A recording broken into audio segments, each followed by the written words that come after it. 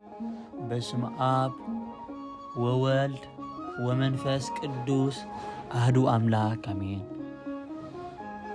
ዕለት 10 ህዳር በዛ ዕለት እዚያ 50 መነኮሳያት ቅዱሳት ንጹሃት ደናግል አዲኤን ሶፊያ ሰማዕትነት ተቀበላ። እዘን ቅዱሳን እዚአን ካብ ዝተፈላለየ ዓድታት እየን። ግናኸ መንፈሳዊት መነኮሳዊት ፍቕሪ አከበተን አልባስ ምንኩስና ድማ ለበሳ። ንሱኻ አልባስ መላእኽቲ ለበሳ ኣብ ሃገረ ሮማ ካብ ዝርከብ ኣብ ሓደ ደብሪ ደናግል ይነብራ ነበራ። እታ እመምኔት ሓላፊት ገዳም ሶፊያ ትበሃል። ንሳ ጸጋን ጥበብን ዝመልኣ እያ። ናይ ምድሪ መላእኽቲ ክሳብ ዝናብ መንፈሳዊ ኣተዓባብያ ተኸናኺነን ዓበየተን። እናጸለያ እናጾማ እናተገለላ እናተጋደላ ገሊ ቅዱሳን መነኮሳት ይነብራ ነበራ። ገሊአን ኣብቲ ደብሪ ን70 ዓመት ዝተቐመጣ እየን። ዓበይትን ወራዙትን ከዓ ኣለወን። ዮልያኖስ ዝስሙ ከሓዲ ንጉስ ምስ ባሶር ወዲ ባሶር ንጉስ ፋርስ ንክዋጋ ኢሉ ክኸይድ ከሎ በቲ ጥቓ ደብሪ ሓለፈ እሞ ክሓልፍ ከሎ ደብሪ ደናግል ራእየ። እንታይ እዩ እዚ ኢሉ ሓተተ። እዚ ናይ ደናግል ደብሪ እዩ በልዎ። ምስ ሰምዐ ኸኣ ተቖጥዐ። ንሰራዊቱ ኣብቲ ደብሪ ኣትዮም ነተን ኣብኡ ዘለዋ ደናግል ክቐትልወን ኩሉ ገንዘበውን ክማርኾም ኣዘዘ።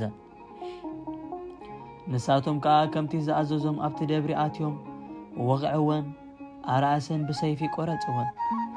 ኣብ ደብሪ ዝነበራ ኩለን ኣዕነውዎ። እዚ ዮልያኖስ ቅዱስ መርቀሬዎስ ሰማዕትነት ምስኮነ ኣብ ውግእ ዝቐተሎ እዩ። ንሳተን እዘን ቅዱሳን ደናግል ግና ናይ መንግሥተ ሰማያት ኣኽሊል ሰማያት ተቐበላ። በረኸት ኣምላኽን ምስ ኩላትና ህዝበ ክርስቲያን ይኹን ለዓለመ ዓለም አሜን። ሰላም ለደናግል እምተደልዎ ወእምታ ሃውዞ ለወለ ማርያም ንግል ለይተልዋ ግዞ ወሶበ ቀተለ እሎንተ ዮልያኖስ በተጋእዞ እግዚአብሔር ለመርቀሬዎስ አዘዞ በቀለ ደሞን በኩናት ይግርግዞ። ሰላም ንደናግል ካብ ምሕጓስ ካብ ጣዕሚ ዓለም ተሓውዞ ንወዲ ማርያም ንግል ዝሰዓቦ ኣሰሩ ጉዕዞ ዮልያኖስ ምስ ቀተለን ብቁጥዓ ብተጋእዞ እግዚአብሔር መርቀሬዎስ አዘዞ ኣብ ክንዲ ደመን ብኩናት ክወግኦ ክረግዞ።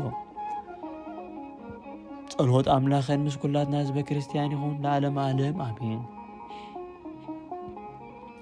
በዛ ዕለት እዚኣ ድማ ኣብ ሃገረ ሮማ ጉባኤ ማይበር ኤጲስቆጶሳት ኮነ። እዚ ከዓ ብዘመን ፊቂጦርዮስ ናይ ሮማ ሊቀ ጳጳሳት ብዘመን ዲዮሜጥሮስ ናይ እስክንድርያ ሊቀ ጳጳሳት ዝኾነ እዩ። ነዞም ማሕበር መእከብዮም ምኽንያት ከዓ ከምዚ ዝስዕብ እዩ። እቶም ህዝቢ ክርስቲያን ብበዓል ቅድስቲ ጥምቀት 11 ጥሪ ይጥመቑ የብዕሉ እሞ ንጽባሒቱ ቅድስቲ ጾመ ጎይታና ይጅምሩ። ክሳብ ዕለት 21 የካቲት ንሱ 40 መዓልቲ ማለት ጸይሞም ካብኡ ጾም ይስዕሩ ይበልዑ ነበሩ። ድሕሪኡ ብ23 መጋቢት ከዓ ናይ መድኃኒና ኢየሱስ ክርስቶስ ሰሙነ ሕማማት ጾም ይጅምሩ ነበሩ። ስቕለት ናይ ጎይታና 27 መጋቢት ስለ ዝኾነ ትንሣኤኡ ድማ 29 መጋቢት የብዕሉ። ካብ ሰንበት ክሳብ ቀዳም ኣብ ዝኾነ መዓልታት እዮም ዘብዕልዎ። እዚ ኣቦ ኣባ ዲሜጥሮስ ኣብ ሃገረ እስክንድርያ ሊቀ ጳጳሳት ምስ ተሾመ ገለ ዘይፈልጥ ገባራት ሰብኣይ እዩ ዝነበረ። እግዚአብሔር ግና ልቡ ብመለኮታዊት ጸጋ ኣብርሃሉ እሞ ኩሉ መጻሕፍቲ ሓዲሳን ቡልያት ትርጓሜ ሕቡኣት ምስጢራት ፈለጠ። ካብኡ መንፈስ ቅዱስ ሓሳባት ኣብቕቴ ጸሓፈ። ብኡ ኸዓ ናይ መድኃኒና ኣጽዋማት በዓላት ሰቕለቱ ትንሣኤው ናይ ሰማያት ዕርገቱ ተፈልጠ። ንሱ ኸዓ ብቋንቋ ቅብጢ ብቋንቋ ረማውያን ጽሒፉ ናይ ፊቂጦርዮስ ናይ ሮማ ሊቀ ጳጳሳት ናይ መክሲሞስ ናይ አንጾኪያ ሊቀ ጳጳሳት ናብ አባ አጋቢዮስ ናይ ኢየሩሳሌም ሊቀ ጳጳሳት ድማ ለአኹ እቲ ሓሳብ አበቅቴ ናብ አባ ፊቂጦሪዮስ ናይ ሮማ ሊቀ ጳጳሳት ምስ በጽሐ አንበበሞ ጽቡቕ ኮነ ረኸቦ ብኡኻ አጸቢቑ ተሓጐሰ ሽዑ ልኢኹ ነቶም ኣብ ሃገረ ስብከቱ ዝርከቡ 14 ፈላጣት ኤጲስቆጶሳት ካብ ካህናት እውን ብዙሓት ፈለጣት አኪቡ አንበበሎም ንሳቶም ድማ ጽቡቕ ኮይኑ ረኸብዎ አጸቢቖም ድማ ተሓጐሱ ተቐበልዎ ድማ ካብኡ ብዙሕ መጻሕፍቲ ቅድሓት ጽሒፎም ናብ ኩሉ ዓድታት ለኣኹ ካብ ሽዑ ቅድስቲ ጾምን ትንሣኤን መድኃኒና ተሰርዐት በዓለ ፋሲጋ ኸዓ ንሃዋሩ ተሰርዐት ካብኡ ንእግዚአብሔር እናመስገኑ ነናብ ሃገሮም ከዱ ክብርን ምስጋናን ንልዑል እግዚአብሔር አምላኽ ይኹን ዘለዓለመ ዓለም አሜን። ሰላም ለክሙ ካይናተ ስባሄ ወዘምሮ ዘአፍጠንክሙ ለረዊፅ እንበለ ተድሮ ውስጥ አሃዱ መካን ለአስተጋብኦ ወለማይበሮ ሐሳብ አበክቴ ከመ መንፈስ ቅዱስ መሃሮ እምነ ድሜጥሮስ አብ ትንሣኤው አይመሮ ሰላም እብለኩም ካይናት ምስጋና ወዘምሮ ብጉያ ዝቀልጠፍኩም እናበለ ተድህሮ ከይበልኩም ድሕርሕር አቦታ ኣብ ሓደ ቦታ ንምእካብ ንማሕበር ሓሳብ አበቕቴ መንፈስ ቅዱስ ከም ዝመሃሮ ካብ ድሜጥሮስ አቦ ክንቅበል ፍልጠት በዛ ዕለት እዚኣ ድማ ናይ ጳውሎስ 3 ሰማዕታት ተጋድሎ ዝዝከረላ እያ። በረኸት አምላኹ ምስ ኩላትና ህዝበ ክርስቲያን ይኹን ለዓለመ ዓለም አሜን።